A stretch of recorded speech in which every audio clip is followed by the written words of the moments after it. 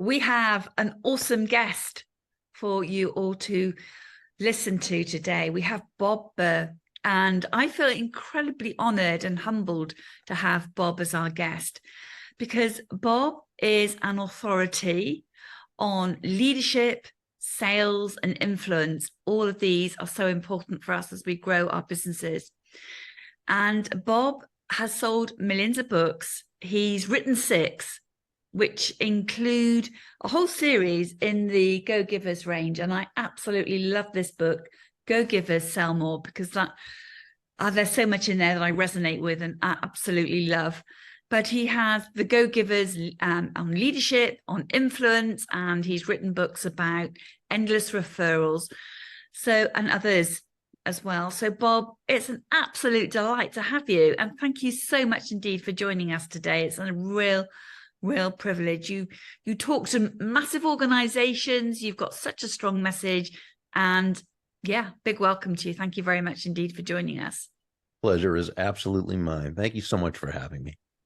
And you're also a fanatical about animals. I am.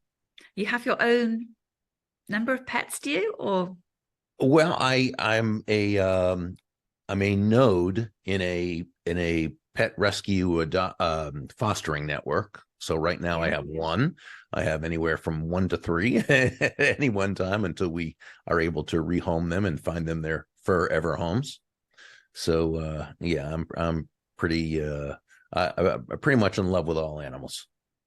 Well, we'll dive into leadership in just a moment, but I just want to ask you a quick question, because there's a phrase that says we can judge how human people are by how they treat their pets and how they treat animals. Do you agree with that? Yeah.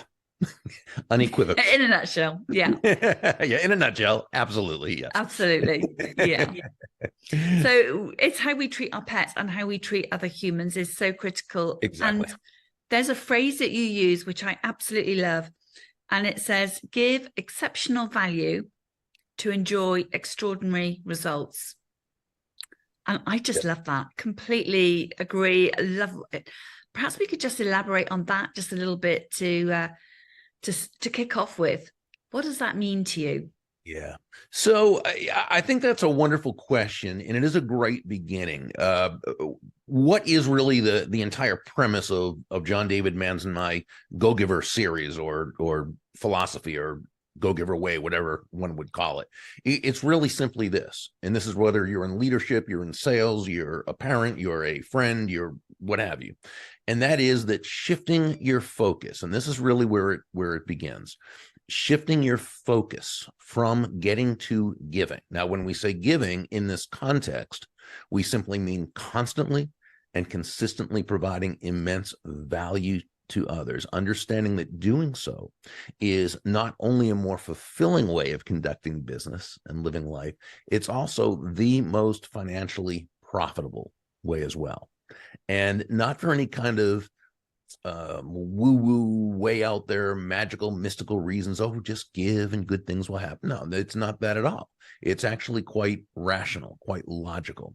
When you're that person who can move your focus off of yourself and place it on serving others, discovering what they need, what they want, what they desire, when you can when you can take your focus off of you and place it on helping others solve and overcome their challenges and problems, when you can shift from a focus on yourself and look to help move other people closer toward happiness, people feel good about you. They feel great about you. They want to get to know you.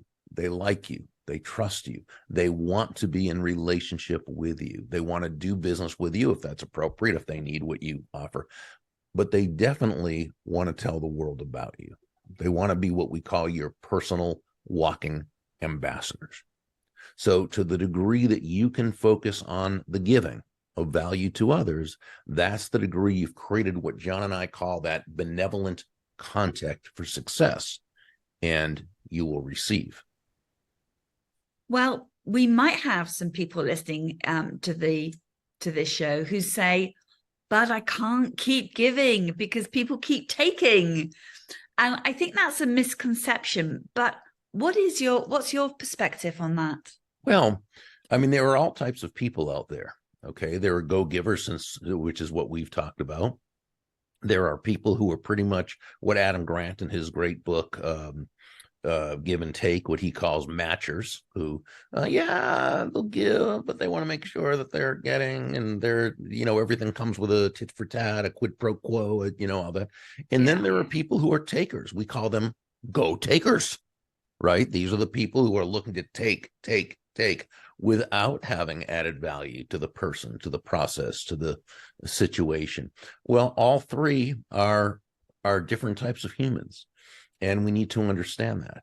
And I think it's very important for a person to understand that there is nothing about being a go-giver that is congruent with being a doormat, with being a martyr, with being self-sacrificial, or with being taken advantage of.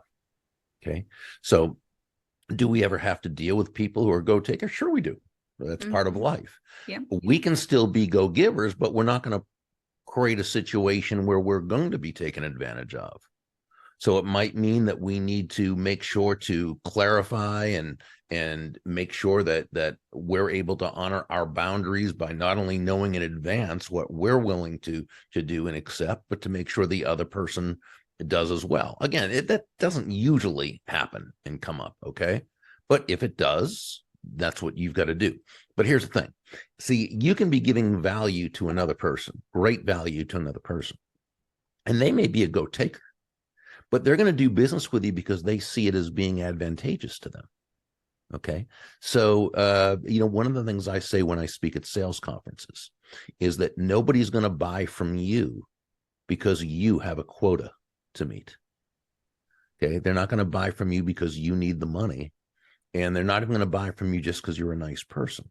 They're going to buy from you because they believe they'll be better off by doing so than by not doing so. Now, they may be a go-taker, but because they see that the value they're receiving is immense, it's more than really what they're paying, which is the sign of a winning situation. Both parties profit, the buyer and the seller, because both the buyer and the seller come away better off afterwards than they were beforehand. They're going to do business with you. Now, if you think they're a go-taker who is crooked in some way or a thief, well, then you don't do business with them. But if there's someone who's a go-taker, but they're an honest person, that's just how they are, they're going to try to get the most for the least, you can do business with them. You just got to make sure that you are protected as well. Nothing wrong with that. No, sounds like good business, but good business sense. Yeah. Bob, you wrote your book on go-giver leadership or go-giver leaders in 2011. Now, the world has changed dramatically since 2011. Do you think there's a change in leadership? What makes a great leader today than when you wrote that book in 2011? I don't think there's any change in what makes a great leader. I think what's changed is that more people are starting to come around to understanding that what makes a great leader is what works for both the leader and those they lead. You know what I'm saying? So great leadership is all about the other person. Influence is all about the other person. When you think about it, Dale Carnegie in his 1936 classic, How to Win Friends and Influence People, what I believe his underlying premise was really, I think, stated in one sentence. Brilliant book throughout, but one statement to me said it all. And that is, ultimately, people do things for their reasons, not our reasons. Okay. So the great leader, the great influencer, they're always making sure their focus is in the right place. Now, I believe we need to be internally motivated, but to be great leaders and influencers, we need to be outwardly focused. So the great leader, great influencer will always ask themselves questions to make sure their focus is correct. How does what I'm asking this other person to do, how does it align with their goals? How does it align with what they need, want, and desire? How does what I want this other person to do, how does it make their life better? Right? And when we ask ourselves these questions thoughtfully, intelligently, genuinely, authentically, not as a way to manipulate another human being into doing our will, but as a way of building everyone in the process. Now we've come closer to what my great friend and colleague, leadership authority, Dondi Scumaci, what I love what she says. When you're, when it comes to leadership, compliance will never take you where commitment can go. So when we lead this way through our focus on others, we come much closer to earning that person's commitment rather than trying to depend on some type of compliance, which, as you know, is not very sustainable. Not that it can't work in the short run sometimes, depending upon the situation, but you're never going to get people's buy-in that way. They're never going to put forth their best effort, and they may even sabotage the process consciously or unconsciously. That's even in the short run. In the long run, it's never going to work. And I think more leaders are discovering that. Great leadership authorities like Stephen M.R. Covey, son of Dr. Stephen Covey, has written some beautiful books on this. People like Bob Chapman, who wrote Everybody Matters, wrote a beautiful book. Simon Sinek, Leaders Eat Last, a wonderful book. And so I think more leaders are understanding that it's actually in their best interest, to lead with an eye on how you are touching and affecting the lives of your leaders. Now, that said, there's a long way to go. We still read these reports that 75% of workers, this is in the US. I don't know if it's the same in the UK. I suspect it's probably the same everywhere in the world, but that 75% of workers feel disengaged, in their work and from the company where they work. That's a horrible statistic. With all we know these days about leadership, it should never be that low. Yet, again, people are people, and sometimes it takes time for the world to catch up. Well, thank you, Bob, because in the UK, I'm not sure about the 75% statistic, but I think that's pretty, a global statistic. We have just recently announced that the number of sick days have increased it's the highest it's ever been for the last 10 years. And we've got to ask ourselves, why is that happening? And we know all of this good stuff about leadership, but and as leaders, we pat ourselves on the back and say we're good at change and we're good at adapting, but it's not coming through. People still feel unhappy, silent resignation, the great resignation, the sickness stats. What needs to change, Bob? What do you think really needs to change for leaders to take responsibility for this and make these changes in their business? What needs to happen?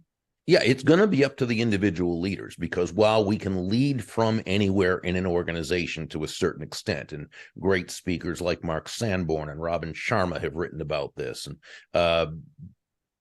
for a culture to take place, a positive culture, it's got to come from the top. There has to be buy-in from the top, and it trickles down throughout the organization.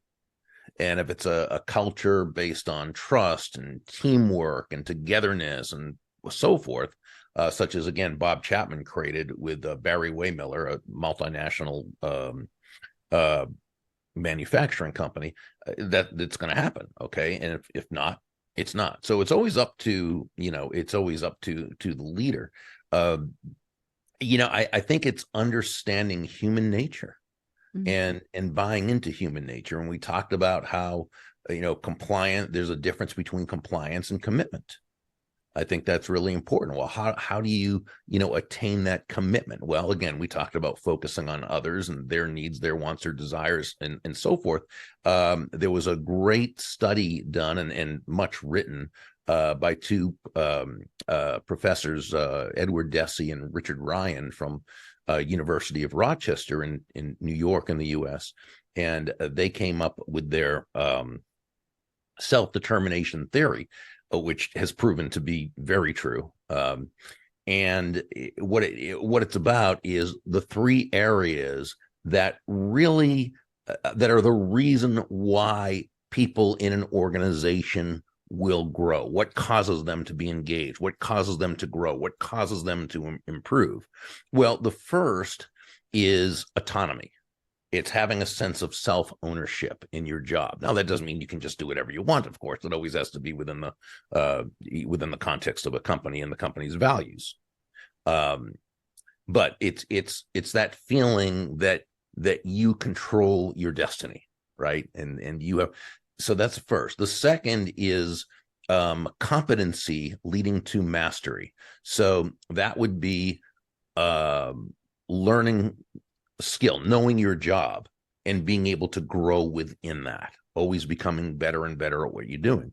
The third element is relationships, and that is feeling part of an ecosystem, feeling part of it. If you want to say a family, that's fine. There's work family, there's your own family, that's fine. There can be different families, but it's being part of something bigger than yourself. It's being part of a team. And again, we could say family. And so the leader who looks at all three of those very important elements of human nature, that's the person who's going to create a culture. Now, there are other aspects as well. They're creating cultures of safety where people know that they can bring up Ray Dalio talks about this in his book Principles, where everyone in the company, it's expected that if they see anything that doesn't measure up to the values that the company has set, that they call it out politely and respectfully, but they call it out. And it can be the lowest person on the totem pole calling out Dalio himself. Okay. But so again, when there's a safety in this, it's going to happen when you're going to be punished for calling out leadership or calling out, so, well, you don't do it. I mean, we know behavior that gets rewarded gets repeated. Behavior that gets punished doesn't get repeated. So, there are all sorts of things. But I think the information is out there. You can read any of the 50 or so books by John Maxwell, and there's brilliance in all of them. But they have to be, they have to be followed. And those ideas need to be applied. I think it starts with mindset, doesn't it? Being open to always open to your leadership changing, open to seeing what's happening in the world around you, open to the signals that you're seeing, and thinking, I have to do something differently to get results. Well, if it's like anything, if you don't recognize that there's a problem, you're not going to do anything to solve it. Yeah. So first, yes, it's understanding that. And that's, a lot of times where the ego comes in, right? Yes. You've got to be able to get past that and allow yourself to learn, to be open, to not have to be right. And when you put truth wherever that truth may lead ahead of being right, ahead of having to be right, even if you're not, well, that's where growth is going to begin. Bob, what would you say are the 3 critical principles for being an influential leader? Well, I think first it begins with focusing on others, okay, and making it all about them. Again, not in a self-sacrificial way. That's not what we're talking about, but making it about them. I think second, it's understanding human nature. Again, people are going to do what they believe is in their best interest to do. And that's fine. There's nothing wrong with that. We just need to understand it and accept that as a basic truth of human nature. Third, I think it's learning to apply the methodologies that are going to work. And, those are a matter of what fits that particular situation. Okay. So let's say we have a business leader, got a small business, got a small team. They're listening to this podcast. They're taking on board what you're saying and the brilliant advice and wisdom that you've shared. And they're recognizing that they perhaps need to change a little bit to build more of that human connection and embrace their teams more. Mm-hmm. If you could give them a couple of practical tips that they could perhaps implement in their business after listening to this session, this podcast, where might they start? Where might be a good place for them to start? Well, since I don't know them personally, okay, what I would say is this is where great people and coaches like you come in, where Marshall Goldsmith comes in, where so many people come in who are great leadership coaches. There's lots of them out there. But you do that because we're blinded by our own spots. There's a reason for the term blind spots. Yeah, right? Very true. We all have them. So we need coaches like you to be able to work with us and whether it's doing the 360, whether it's just, however however you do it, it's helping them uncover their blind spots, helping them see where there is an issue, and being willing to work within that issue and improve. I mean, I wish I could give magic bullet, answers and say, just do this. But it's not true with any of us. I think a start point might be to read your book or one of your books to understand the go-giver. I appreciate that, and I'd like to think that it helps. There's a lot of great books out there, and I don't think it stops. I think we continually learn and we grow and we listen to other people. We find the people whose opinions we have reasons to respect, trust, what have you. But again, I think it's also important to work with a coach, and because that person is going to be able to help you in ways that you cannot help yourself because you're you.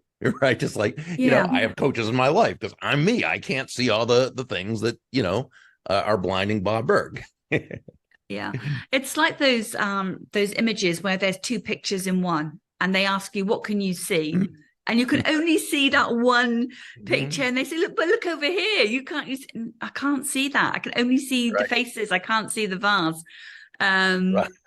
It's that, isn't it? Isn't it that situation? But then the good thing is, once you finally can see the vase, I always love the UK. The vase, would you say? I love that. I like how you say it. I like vase. Then you can see. Then you can't unsee it, right? Yeah, that's right. That's where you want to get to. Yeah.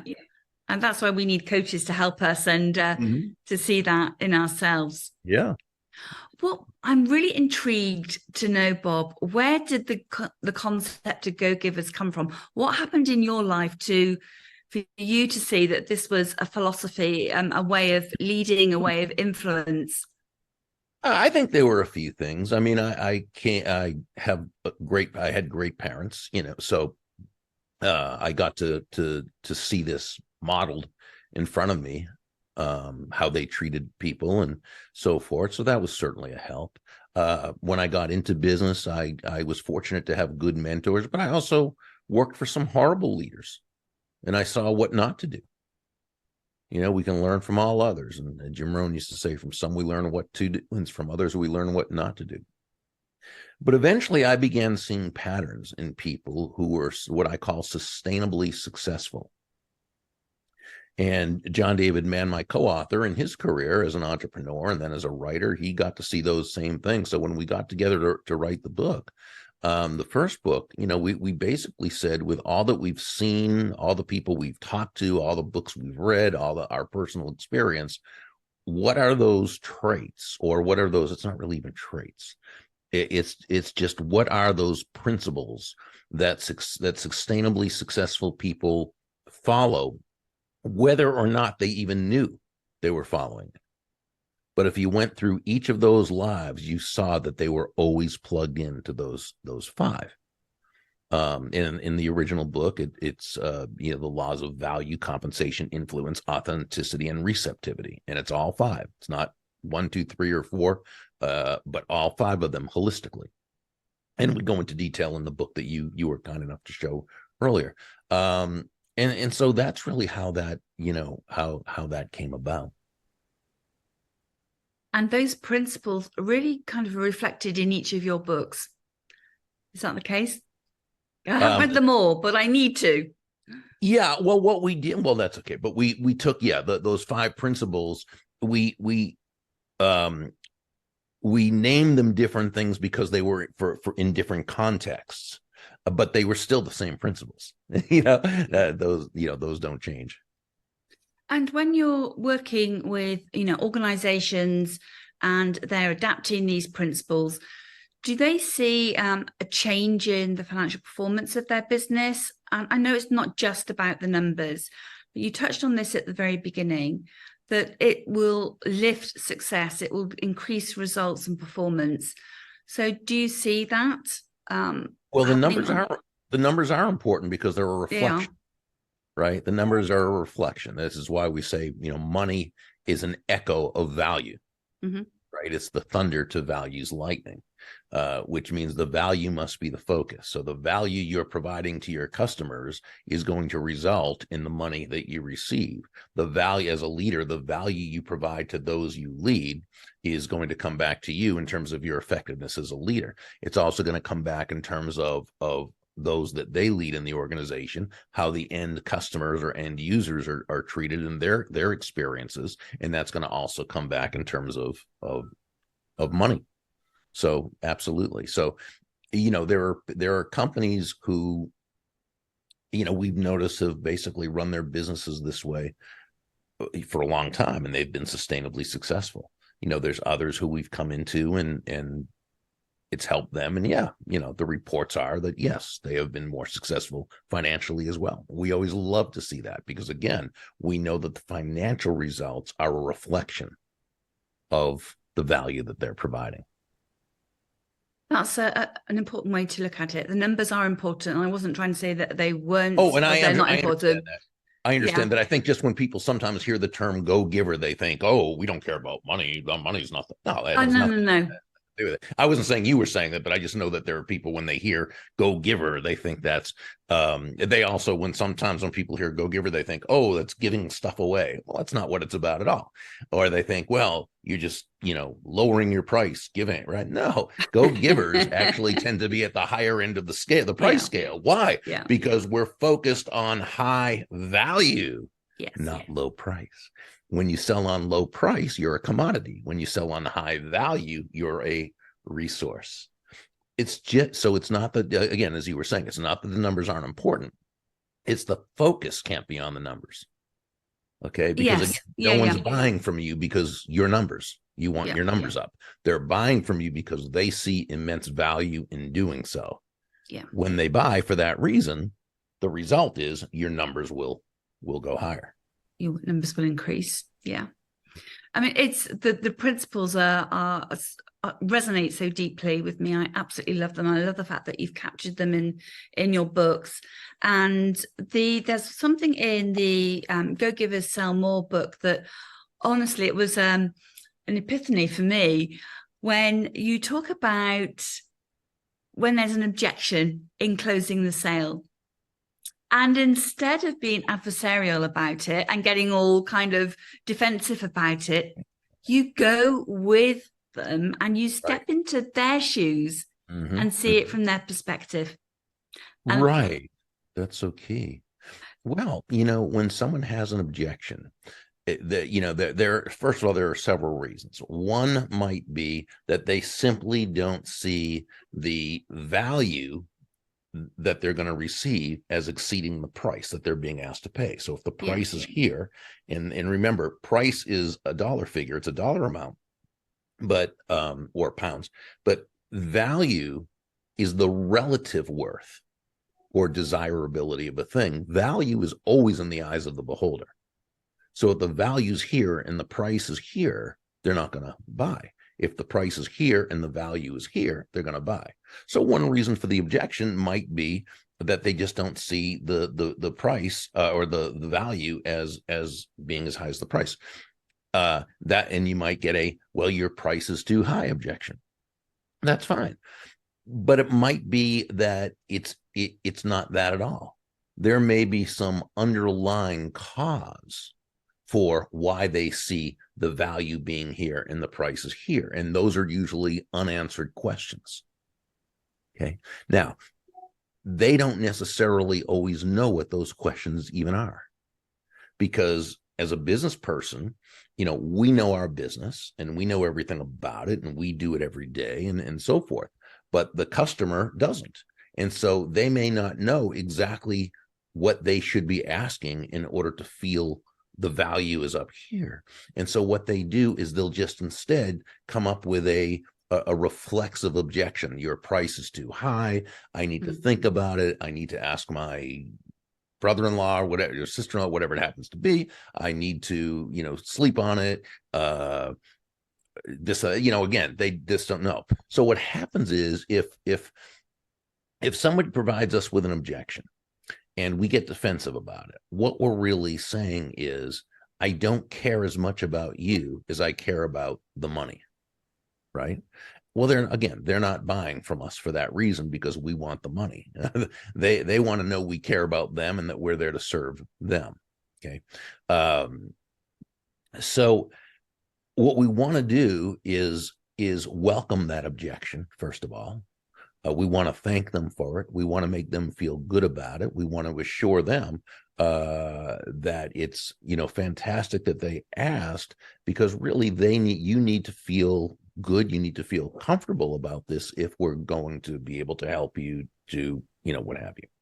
So now the second thing a lot of people will do, and again, this might be with a price is too high question, is just answer that objection as they've been taught to in Sales Training 101. And that is answer a price. What might not be a price question? So you could give the perfect response to the wrong objection. Mm-hmm. So what we want to do instead is, rather than try to overcome that objection, which we can't do, to overcome is, comes from the same Latin root as convincere, which means to conquer. Does that person want to be conquered? No, of course not. They want to be understood. They want to be empathized with. They want to be, right? And so what we're going to do is, rather than try to overcome this objection, we're going to work with this person and together work within the objection and go back and find the root of it and determine what really is on their mind and what is bothering them. Once we understand this together, now we can advance the sales process. But until then, if we allow our emotions to control us and we get defensive, not only are we communicating that we really don't care, to this person, but we're also not putting ourselves in a position of being able to work within the objection constructively. I think that just, is so brilliantly put, Bob. And it's always about working with others and going back to the message that we sort of started off with. If we can give exceptional value, we'll enjoy extraordinary results. Absolutely. And I think that's just the message that we must take away from this, and continue to focus on the other person and stepping into their shoes, their feelings, their thoughts, and where they are. Exactly. So it's been absolutely wonderful to chat with you. I'm so appreciative of your time. Likewise. Thank you so much, Bob. But thank you. How can, what's the best way for people listening to this, our listeners and our viewers, what's the best way for them to get in touch with you? Best way is just to go to Berg, and that's BURG.com. And while they're there, they can check out the books and get a free chapter if they'd like, in order to see if they like where it's heading. But they can also subscribe to my daily impact emails that I put out Monday through Friday. It's usually a pretty quick combination of inspirational and educational and something just to kind of lift up your day and keep you going through it. That sounds perfect. That sounds like I'm going to be signing. Well, I am going to be signing up for that, Bob. Thank you very much. Thank you. Thank you very much indeed, Bob. My pleasure. It was an honor to be with you. Thank you.